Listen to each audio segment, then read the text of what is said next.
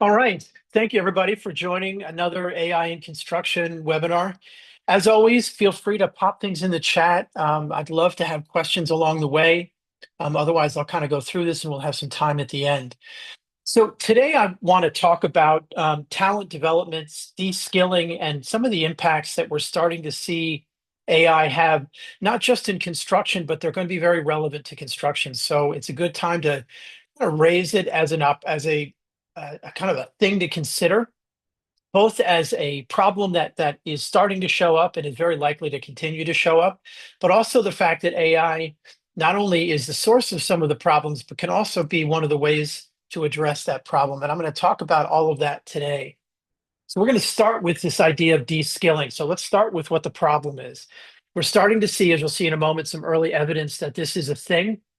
And common sense says that if I'm giving somebody a crutch, they're going to use it because they've got a lot of other things going on.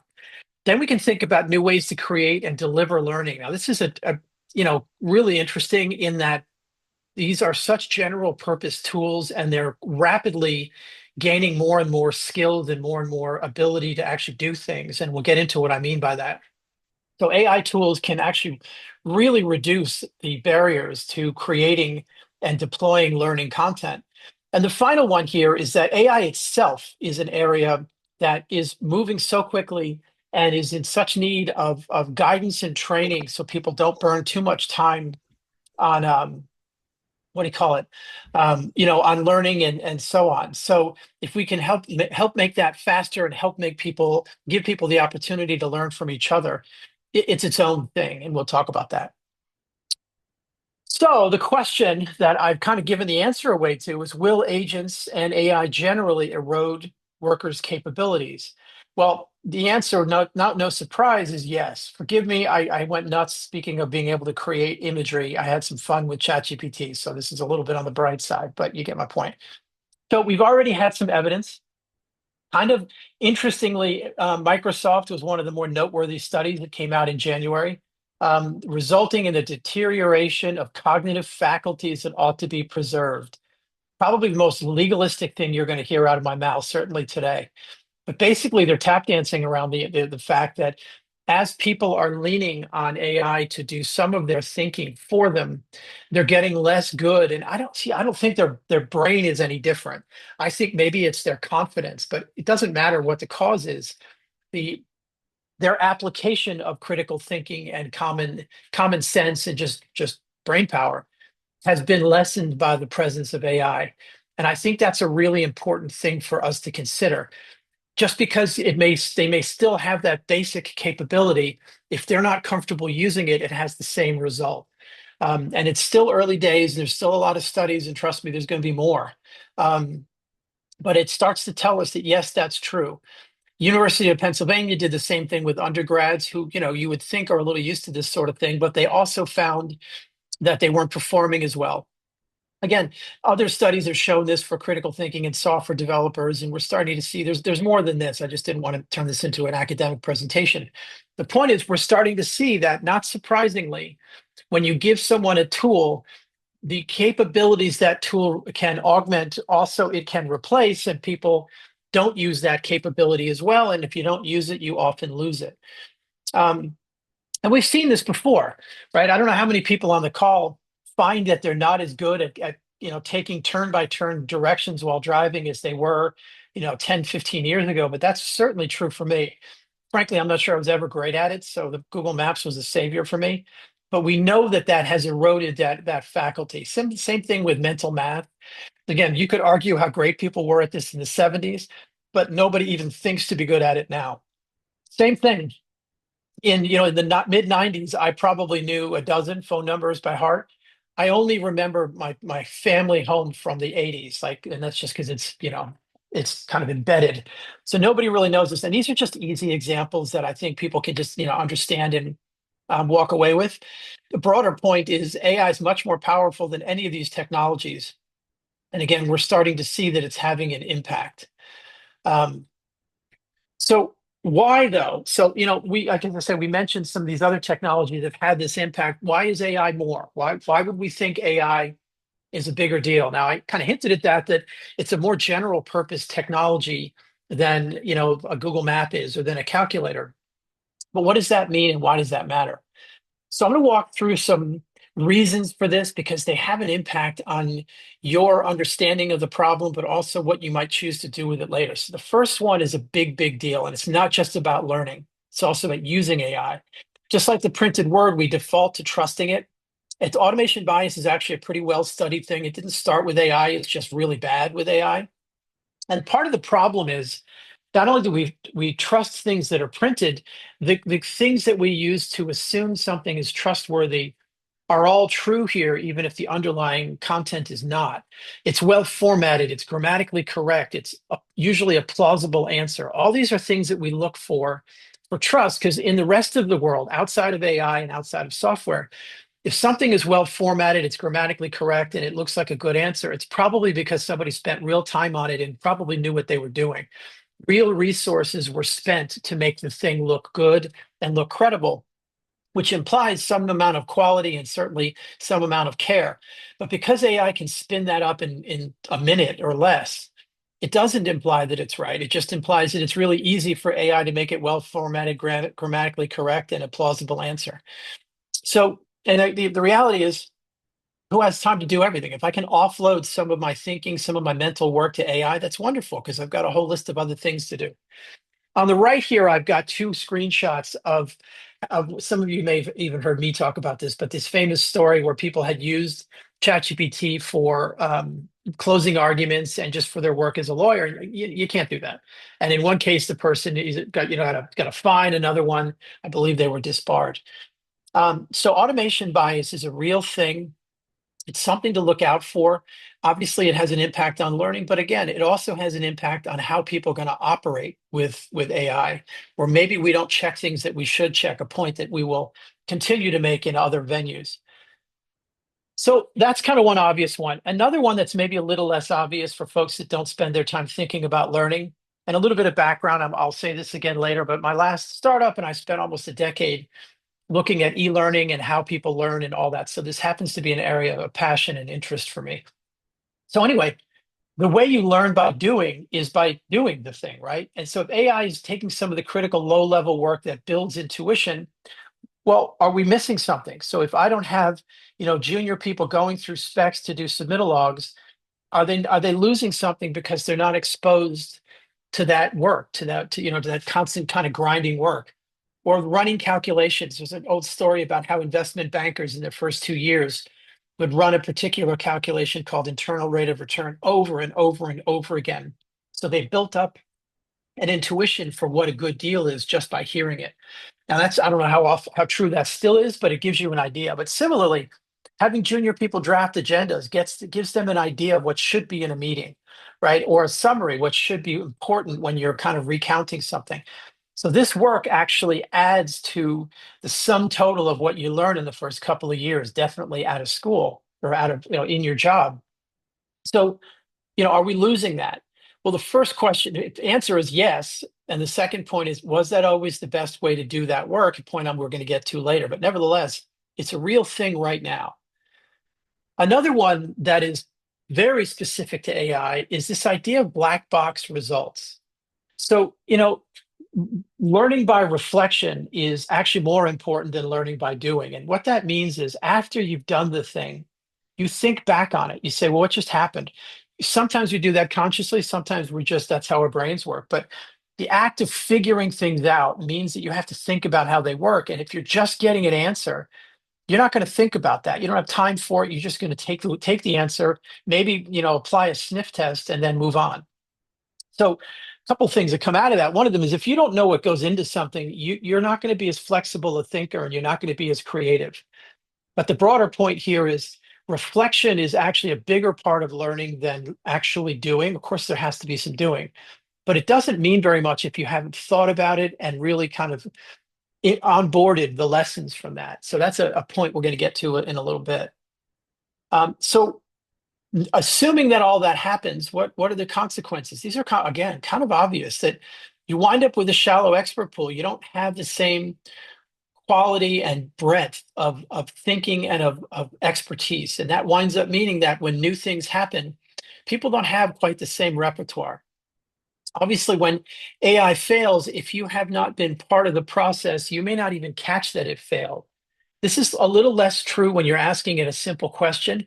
But now imagine you've got an agent that's doing multi-step things, or you've gone and like I'm using deep research a lot, and it comes back with a pretty long report. Well, what if it made something up in the middle of that report? This all right now, these reports are for my own use and thinking and learning, so it's okay. But if I were to use that and in the middle of that there was some error that then compounded, we've got ourselves a problem. Obviously, regulatory and liability risks. At the end of the day, if we're offloading too much of this and we don't have any internal knowledge to figure it out, we've got ourselves a potential risk that someone will miss a thing or whatever the risk might be. And as I mentioned before, the act of learning prepares you for the act of being creative and innovative, right? It's the people that have been around a long time that often, contrary to belief, where we think that young people are more creative than older people, that has very much not been my experience. Actually, what winds up being true is that certainly from your 30s, you wind up having enough knowledge of a domain that you can be a lot more flexible of a thinker. And that comes back to this idea of experience and the things that you learn while you're doing the job. So the question is, okay, knowing that, is this are we done for? Is this, we should never adopt AI, or if we do, we're in trouble? Obviously, I don't think that's true, and today's discussion is partly to start with the problem and then begin discussing what we might be able to do about it. So I'm going to start with one kind of really high level view.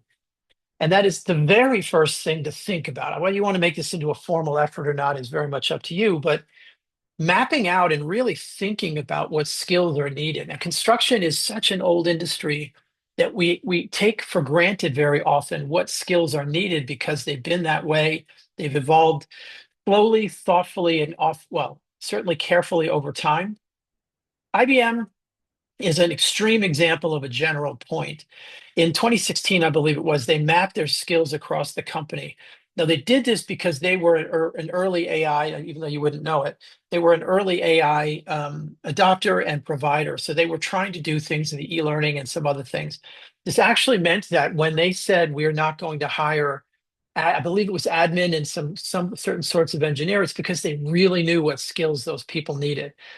But the real value for what we're talking about here is if you think about the jobs that you have, you think about the skills required for each job, then you go and say, well, how do you really learn those skills? Do you really need to do the same thing over and over again to figure that out? By the way, don't spend a lot of time on the construction skills map. Again, I had OpenAI ChatGPT do that just to have some eye candy here. Um, but what this does, when you think deeply about what skills, what jobs, what functions your company needs, or your team needs, or you personally need, you can be thoughtful about replacing skill development. You can be thoughtful about saying, do I really need somebody to deeply know what happens in specs a lot? And do I need them to get that knowledge because they've looked at 10,000 pages or 20,000 pages, which is not unreasonable? Um, or is there a better way to do it? Is there a way to actually have them look at a few and then teach them general lessons in other ways? Most learning people will tell you that lots and lots of grunt work is highly overrated as a way to learn. It makes you feel as a manager like you're doing your job, but actually it's not the best way to learn, primarily because your brain shuts off and you just execute. You don't really think as much as people think we do. So that number of reps isn't necessarily the way to do it. In fact, again, evidence shows that it's actually one of the least effective ways to learn, and it has the unhappy side effect of making people really unsatisfied with their job. And in an industry that has a chronic skill shortage, that's a good thing to avoid. Do we need to do all that drafting, all the other things? And again, I obviously have an opinion. So let's kind of switch gears now that we've spent a second. I'm just going to make sure there's no. Now that we've spent a second thinking about what the problem is, what can we do about it? And is AI particularly good at that? Now, again, clearly I'm coming at this with a thesis. But let's start for a moment with probably the nerdiest slide that we're going to see today. And that is, how do you even learn? So there's three ideas. There's more than this in learning theory, but there's three that matter and that I want to talk about. One of them is this idea of cognitive load theory. Everybody's heard about working memory. If not, now you have. It turns out that working memory is it's basically that what you can hold in your memory to either repeat immediately or work with. There was a study a long time ago that said that most you can hold seven things in your memory. Now that's a little bit of a misdirect because you can chunk things together, so really you have more in your memory than seven. But the other thing is when you're in a busy job or you're doing things, seven's a lot. It's usually more like three or even two. So the point is thinking about how much work you're giving somebody and how you want them to learn is actually a little bit more complicated than just dump stuff on them and have them, do a lot. You have this opportunity to do what we call a scaffolded learning process. And we use that word to say we're supporting the learning process by saying, I'm asking someone to do just enough that they have a mental capacity to do the task, but then enough spare capacity to think and reflect. So if you think about your ability to really, operate beyond just getting things out the door when you're super busy, or another point here is emotional. If there's a lot of panic going on, nobody's thinking about learning, nobody's thinking about what's really going on. They're thinking about how do I make this problem go away and make everyone calm back down. So anxiety is not a wonderful backdrop for learning. Not that I'm telling you guys to avoid anxiety, it's just be aware that it's tougher to learn when everybody's putting pressure on each other. Which means that maybe you take times or you find moments that are less panicky or less anxiety inducing. Maybe it's at the end of the week, in the afternoon, whatever it is, to try to do some of this stuff that I'm going to talk about in a minute. So that's kind of one thing, is to just be aware of the fact that it's really hard to learn when you're so focused on getting the job done. So hopefully there's a little bit of spare capacity. You know that you're pushing someone to 90% or 85% of what they can do. So there's enough of their kind of mental capacity left to actually learn. The other one, which will surprise nobody in the trades for sure, is the idea of what's called situated learning. And this idea of situated is what it sounds like. You're in the situation. We learn best when we're doing the thing that's being discussed. Kind of obvious, right? If I tell you, make sure whenever you hammer nails down that you point it, I'm making this up, but you point it straight down and keep your thumbs out of the way. I'm kind of a dumb example of a broader point where if I'm telling you how to do something and then you get to walk over and go do the thing and then maybe watch somebody doing the thing, you're much more likely to learn it than if you're in a room watching slides or watching on a webinar, which obviously I have an opinion about. But situated learning is a big deal. It's hard to do in the past because most learning materials were printed or written or they were, on some video somewhere. But as we start to use AI tools in our day to day and we bring them with us, the tools themselves are powerful enough. Again, a point I'll expand on in a second, that you can start to introduce learning. Obviously, you want to be sensitive about safety and not distracting people when they're in a busy place, but you can start to think about a much more granular, much more situational presentation of learning, or maybe it's a little reminder, maybe it's a little question.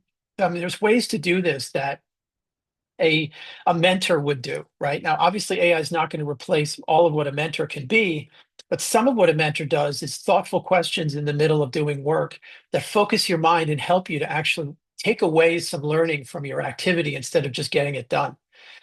The final one is pretty easy to understand also, and it's this idea of spaced repetition. It's a very well proven idea that cramming, everybody who's crammed for a test will agree that you can get some headway and you kind of don't have a choice, but way better to go and learn a thing, go away from it, come back.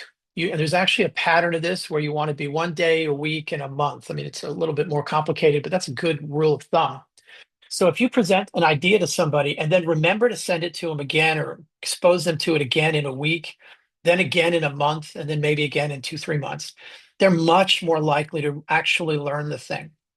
Now, the problem is, how do you deliver that? Who's going to remember that? Here again is where the tools we're using open up new possibilities to really understand how learning works. Now, these three ideas together are not the most complicated thing in the world. You just don't hear them a lot. Just knowing that, make sure you don't give people too much at once, but not too little because then they get bored. Make sure that whatever you're doing is as situationally relevant as possible, and then try to repeat it over intervals that are more than an hour or two. See if you can do at least break it up by a day.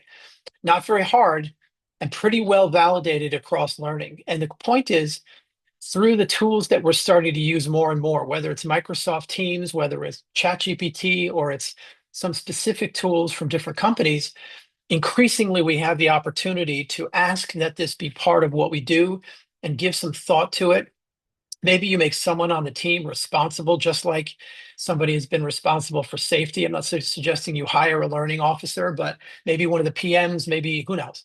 The point is, this isn't the hardest stuff to do. And actually, all it would really take is a couple of hours of thought and then maybe getting somebody to, make it work. So I'm going to take a quick breather there so you guys can kind of digest this idea that, well, number one, we have a problem. Number two, we're rapidly adopting tools that can help us to address that problem. Number three, we have some pretty good ideas about how to use those tools kind of at the higher level. So now I'm going to talk a little bit about some things you might do to get ready for this or think about it. Look, this is not all happening tomorrow. So it's more like, can we make this into a once a quarter thing we look at, or once every half year, something we look at? So the first thing I would say is most knowledge is not necessarily prepared for learning, for delivery as a learning thing. So the first thing I would suggest people do is, and you don't need to spend any money on this. It just takes a little time and a little thought, is analyze the stuff you have and see how you might use that. The first thing is uploading, I say complex docs, but most companies have some how-tos. They have manuals, either they're getting them from an association or a union they're part of. A lot of people have generated their own internal SOPs. Sometimes that might include some of the how-to manuals for the software you use. All of that means you can upload this into Gemini or Claude or ChatGPT and start the process of saying, I want you to take this 100 pages or 200 pages, crunch it down into an outline for me. And then somebody looks at it. You don't want to just, kind of take it, but use that as the basis for experts, people that have been at it a long time, to go review and say, got it. I'm now going to kind of simplify this into an outline, simplify this into what I'm calling a knowledge base. And this is the basis that you guys can then use, because what we're finding and what we know is generative AI is really good at taking a document and doing interesting things with it. Yes, there's some testing involved, and yeah, you got to make sure that it's catching it and doing it the way you want. But the hardest part here is what that knowledge base is. And you've already done the hard part. So now it's okay, let's take all that stuff, put it into a format that isn't 1,000 pages, but actually is outlined the way we want. Again, company documents, some sample project documents, maybe some of the standards that are relevant to the work your team does. Certifications materials. I spent a lot of time at CSI, and I got to tell you, some of their manuals that are meant for certification are just absolutely gold mines of operating and process information. Do this, don't do that, stuff like that. So that's kind of step one.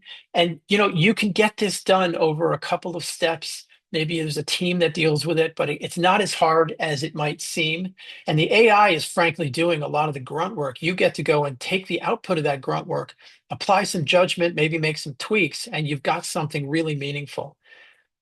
The next thing after that would be, all right, well, now that we've done the analysis, let's think about our job descriptions. Now, a couple of easy ways to do this. One of them is just an hour sitting there with a whiteboard or with a conversation and say, well, what are the jobs? Most companies in construction don't have an enormously complicated list of job descriptions. It's not like some larger company, like a big industrial company that's got divisions that do different things. So this should be a pretty doable thing. And then think about what the business needs. Again, doesn't need to be a deep discussion so much as, well, we know we've got, the next 2 years, we know we've got these projects that we're pursuing, we got these projects, or in the case of a trade, it might be where we know we get these sorts of things and we think we're going to have these sorts of problems. The point is, it doesn't have to be a deep, dark, multi-month process. It can just be a couple of meetings. And again, the content analysis is where the real grunt work is. But then you pop that into one of these chatbots. I would encourage you to use what they call canvas mode. It's easy to look up. Canvas mode means you can just iterate and collaborate as opposed to taking the output and then doing something else. The reason I say you want to iterate, so kind of play with it a little bit, maybe have it, try it again, is I find that the first couple times, I'm not blown away by the insight, but I am often impressed by some of the options. So it's not like there's some big insight driving all of it, but often if you say, give me 5 ideas, one of them will be like, wow, I didn't think of that, or wow, I like the way it described that, or the words it used, or whatever. So you're going to find quality, but it's uneven and it still very much needs an expert or certainly a manager who knows the business. But if you think about these steps, very doable, the kind of thing you could say over the next 2 months, we're going to meet 3 or 4 times max and get this done. And maybe we'll get some junior team to help us with some of the collection of documents and all that stuff. So if you start with getting your arms around what you would want to teach, then you say, great, how are we going to think about making sure this learning happens? The next part is, again, really interesting because content creation has just utterly changed in the last couple of months. I don't know how many of you have played around with ChatGPT's image generation, but it's wildly good. This looks like a stock image, and it took me a minute to do. One prompt, and up it came. So, and it's a little stupid. I had to play around with it. If I really cared, I mean, if it was really, it's not that I don't care. If it was really important that this be perfect, you can iterate. You can continue to iterate until it gets exactly what you want, right? I'm not sure having a big microphone in the middle mattered. I just wanted it to be about voice. But similarly, so images are actually really easy. And what I didn't do, and you can do, is take your images and have them be the basis of what ChatGPT does. Really encourage everybody to try that if you have not done it yet. The other thing you might do, just as a quick aside, put temporary chat on if you're going to use project documents for now, anyway. Um, the text is, I mean, we just talked about how to do that, but you can create scripts, you can create, outlines, you can create, various other things.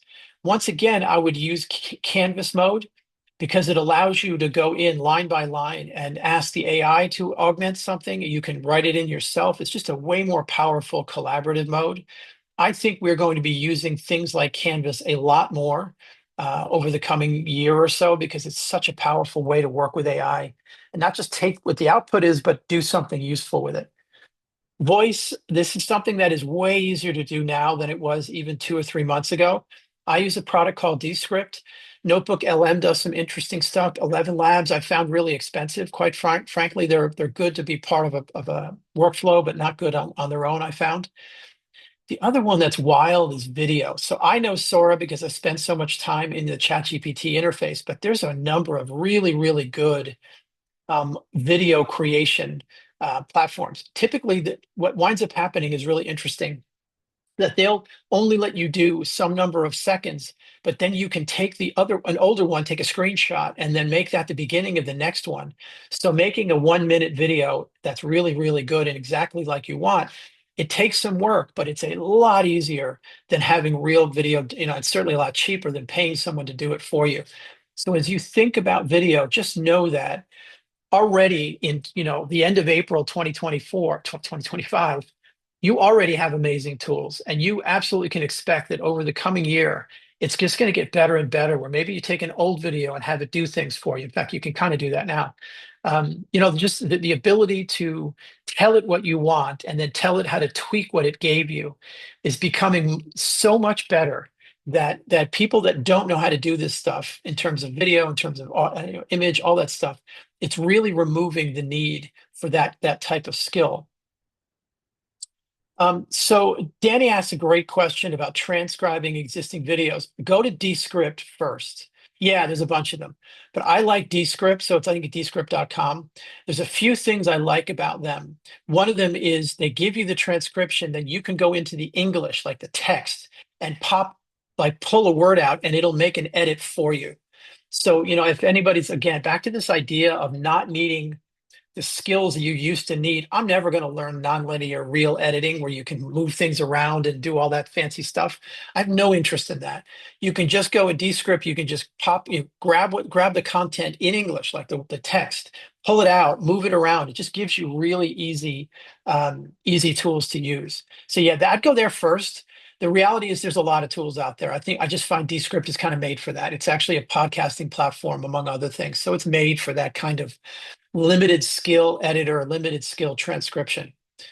So, good stuff. The other thing, by the way, that I like about it, depending on what you're trying to do, is because it's made for real language content, it'll automatically pull out ums and ahs and all the other things that we just, we naturally do, and actually other humans don't even hear until you're listening to yourself in a recording and are horrified what a bumbler you sound like. So yeah, Descript would be the one I'd go for. Thank you for that question. So the next one is a little harder and a little bit more forward-looking. And this is this idea of lesson relevance. So we know that people are increasingly using various types of AI, in their work, like during the work. So it's going to know one way or the other what you're doing. Maybe not always, but there will be moments where it will have the ability to know that I'm working on this, or that because I've asked it a question or I prompt it. Maybe it's integrated with a schedule or you're asking it things that are schedule related. It may already know what workflow it's part of because that's the kind of product you're using. The final one is agents. Like as agents become more prevalent, and I think it's going to take a little longer than people think, but you're certainly seeing it this year. Agents are going to be given goals. So again, they're going to know what they're being used for. So these are some of the ways that AI will reasonably know what it's being used for, and thus what's likely to be a relevant lesson. So for the first time, there's software that is going to be smart enough and it's going to be present that can say, this looks like a good time to send, Hugh a question or a reminder, or did you notice? Like there's a bunch of ways that you might consider doing this and thinking about naturally delivering this content. Before would be great if possible, and often isn't possible. Immediately after, or maybe even sometimes during. But the point is, the problem is fresh in someone's mind. Now, here's a really counterintuitive point.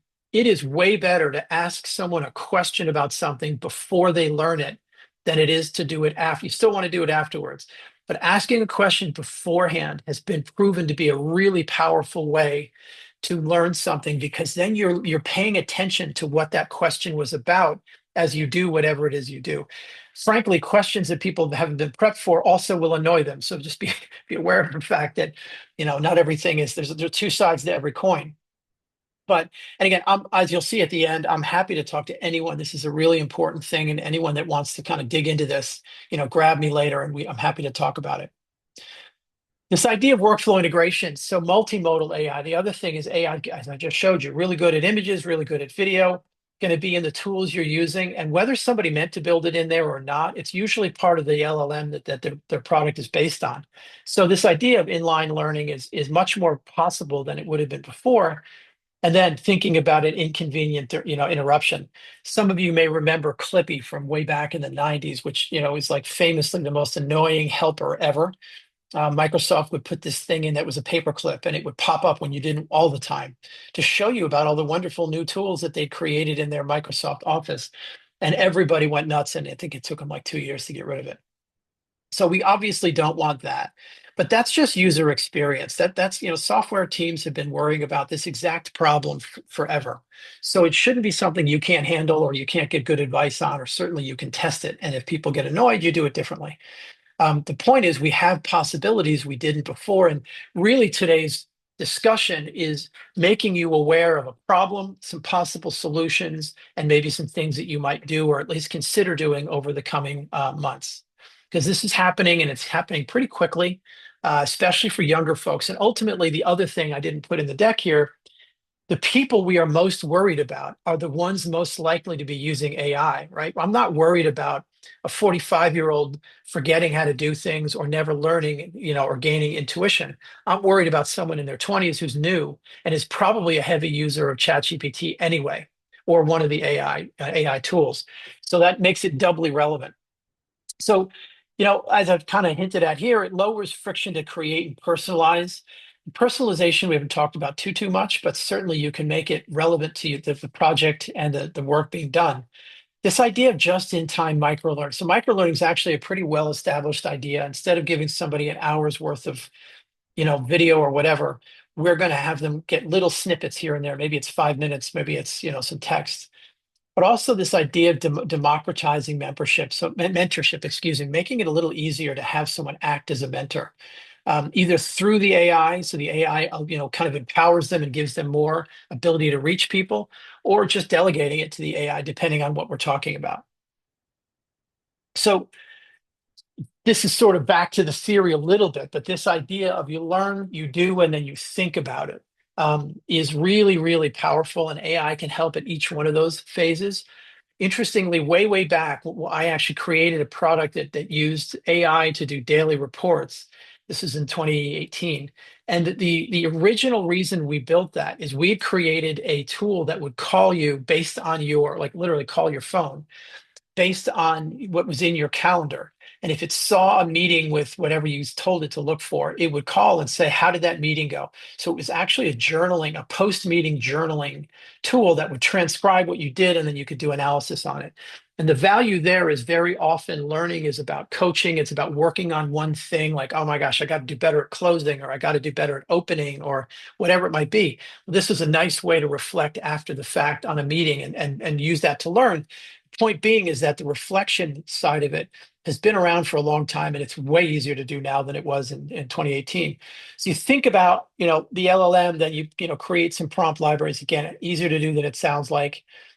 Possibly creating a knowledge graph. Let's park that idea, but definitely now you've heard the term knowledge graph. It's a nice one to know.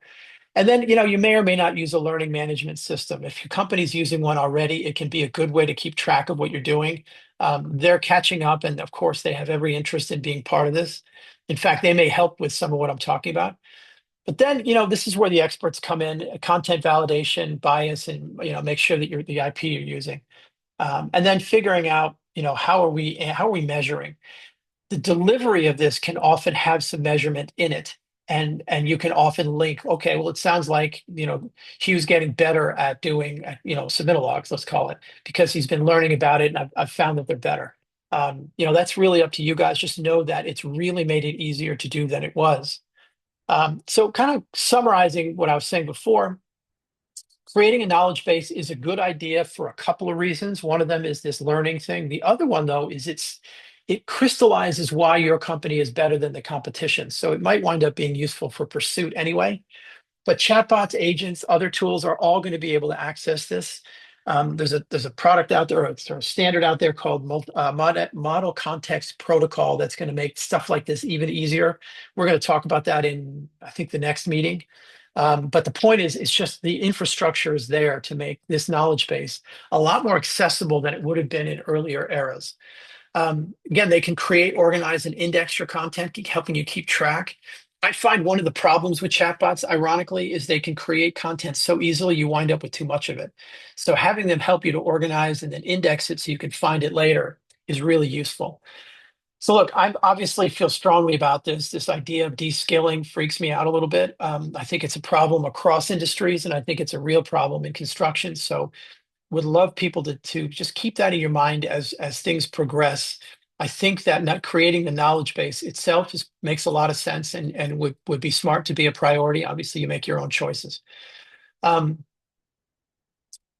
here's this is me speaking as a software guy, but I think a growing requirement and a consideration is that for any to expect that there will be there are construction e-learning companies, but it's really hard for them to make money. And again, I know because I had an e-learning startup in 2016 to 2019 time period. It's really hard to make money, and most companies don't pay for it. Construction is definitely on the low end of paying for learning management systems and so on. So all of this stuff is probably not going to be a standalone product. The exception, of course, is always safety, but generally speaking, now that this capability is so general, I think it makes sense to say, thank you for bringing me this AI product. Are you able to incorporate learning? Are you able to have things and help me to think about how you can do that? Explain to me how you can use your tool to encourage learning. We do that with my company, The Link, whether it's an AI part of the product or a not AI product part of the product, because it comes up so much. Specs are one of those things where everybody thinks you need to read 20,000 pages of it to know what you're doing, and I obviously differ. So I think, the idea that you're supplying the content back to that learning, that knowledge base, but you're asking them to say, how are you going to use your tool to deliver some of this? I don't think it's a heavy lift. Some people will say, I'm sorry, we just can't do that. And okay, fair enough. You make up your own mind. But enough of them have the native ability to do this that I think it's a smart thing to ask for. And I don't think it should change any terms in terms of price or any of that.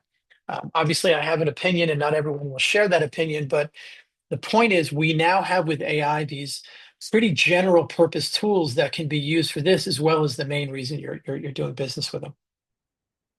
So, some tactical thoughts on this. So, you can treat AI as a co-pilot, not autopilot. This is going to be a big deal and something that I feel like should be a bumper sticker at this point. Think about critical thinking checkpoints in workflows. I'll tell you, there's a really interesting tool out there that can help you to check whether the AI is catching everything, where they'll hide interesting content in the middle of a document, like random content, like all sparrows are red or whatever, or blue, I guess it would be. Um, and it has nothing to do. And when then they ask the AI what color are sparrows, it'll show that it was able to catch everything.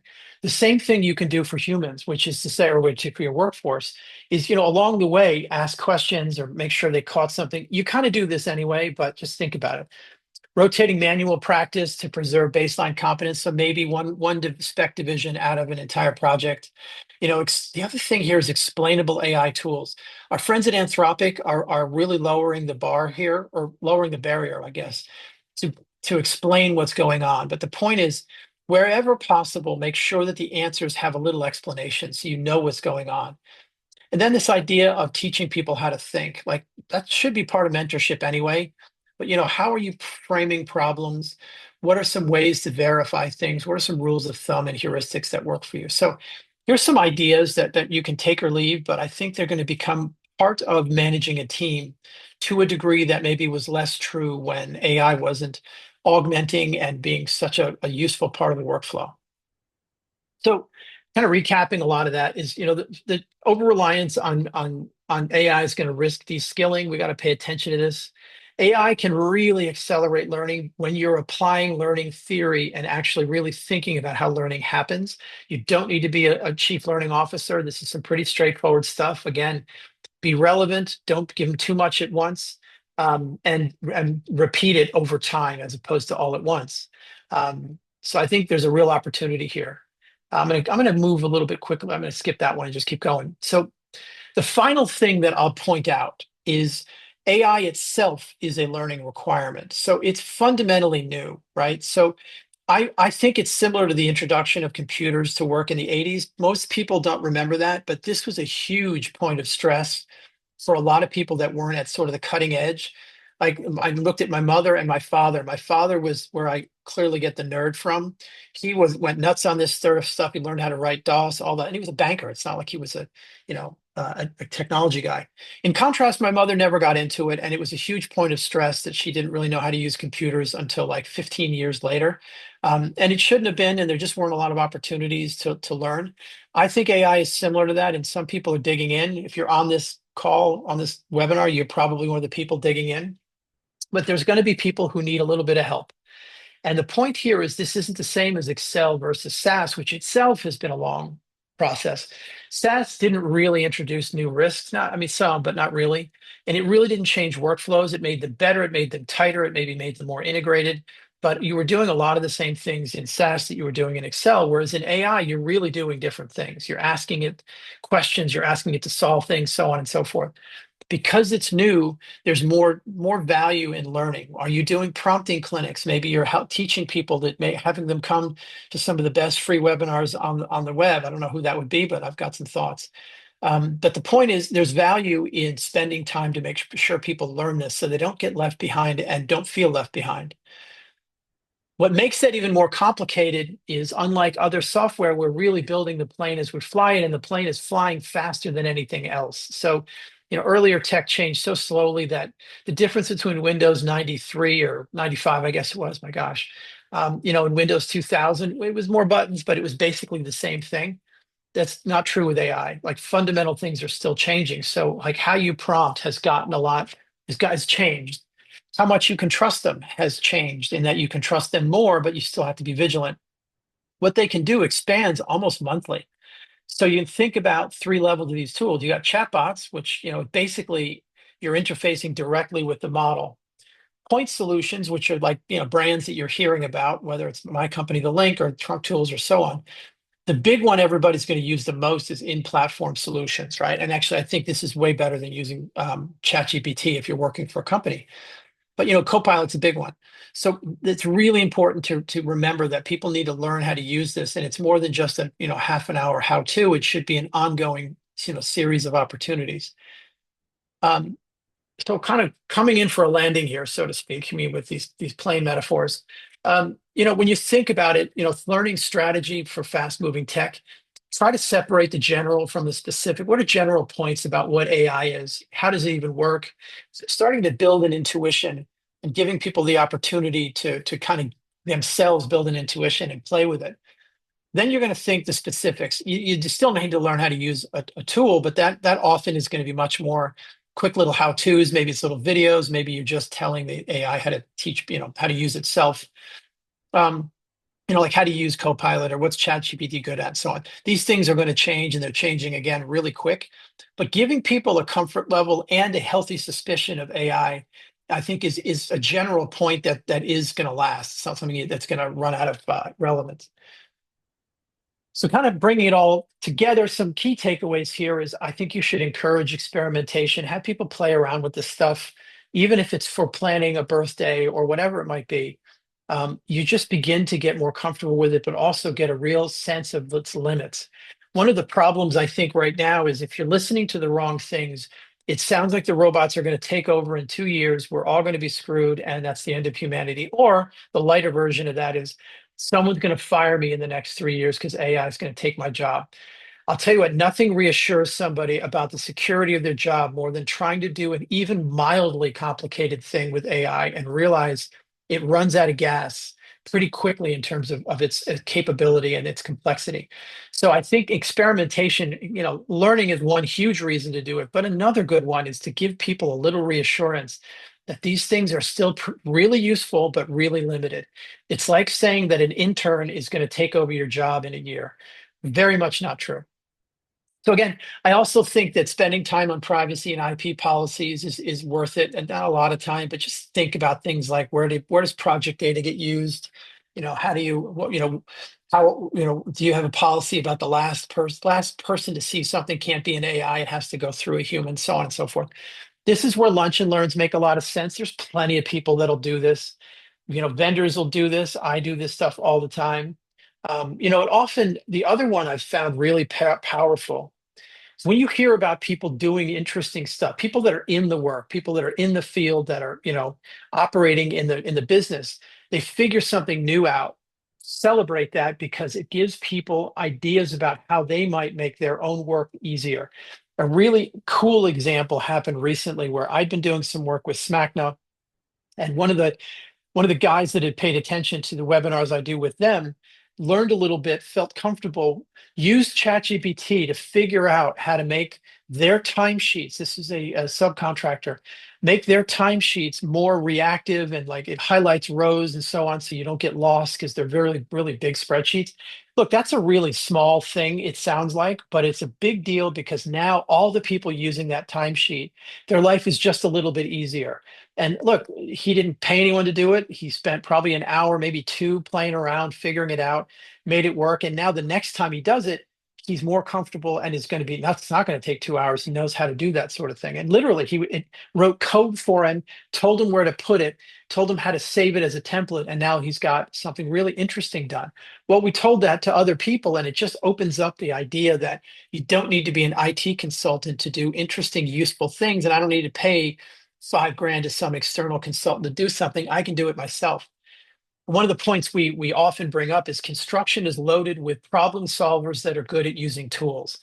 That's what we're talking about with AI. So to the degree you can teach people how to use it, make them feel comfortable, their natural creativity and understanding of the workflow is going to mean that opportunities to make the work better are going to come up in ways that you can't anticipate, because that's exactly what problem solvers do. So, folks, that's it. That's my kind of presentation for today. Reach out. This is an area, as I mentioned, I'm super passionate about. So I think there's a lot to be done here. So happy to help people along the way. So again, feel free. Yeah, yeah. Somebody pointed out nothing wrong with paying an external consultant 500 pounds in this case. That's right. I think that, pick your battles would be my point, Nabil. Thank you for that. So thank you all. I'm going to hang around for another 5, 10 minutes, and I'm happy to answer any questions, or if anybody's got things they'd like to discuss. Here we are.